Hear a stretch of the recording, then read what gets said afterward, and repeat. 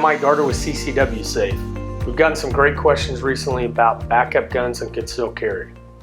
I personally don't think that backup guns should be considered by most concealed carriers. If you have a background in law enforcement or military where you have carried a backup gun and you're comfortable with it and used to it, then it might be for you.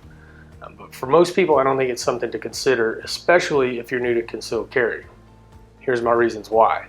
Today's firearms, if properly maintained, cleaned, and loaded with quality ammo, rarely jam.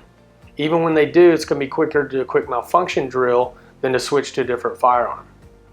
Most hold a good capacity, 10 rounds in a magazine, 20 rounds with a secondary magazine. This should be more than sufficient if you're involved in a self-defense shooting incident.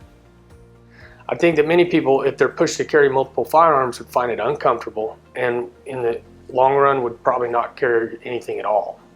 Multiple firearms with multiple magazines are harder to conceal. No one can operate 24/7 in the red, and being concealed allows you to see more and react more effectively than the general public. The key, of course, is in being concealed and not being the first target of a criminal. So don't overlook the element of surprise.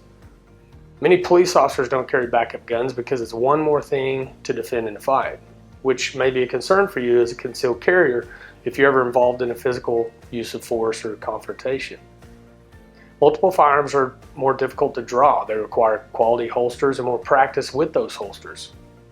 Well, there's nothing wrong with carrying multiple firearms. How often do you practice drawing from these different locations?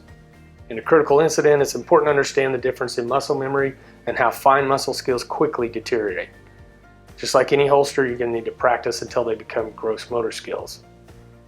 We recommend to carry consistently and consistently carry, meaning don't just carry when you feel you might need to, because none of us know when that's going to happen, and consistently carry the same place on your body in the same holsters. So my thought would be, instead of practicing multiple firearms, you might think about practicing malfunction drills, practice magazine changes, practice shooting from the weekend. These are all things that are practiced by military and police often and during their qualifications. Again, there's nothing wrong with carrying multiple firearms, but if we're going to be realistic, why not improve proficiency and learn to operate one weapon system extremely well? Thank you for your questions, thank you for your time, and stay safe.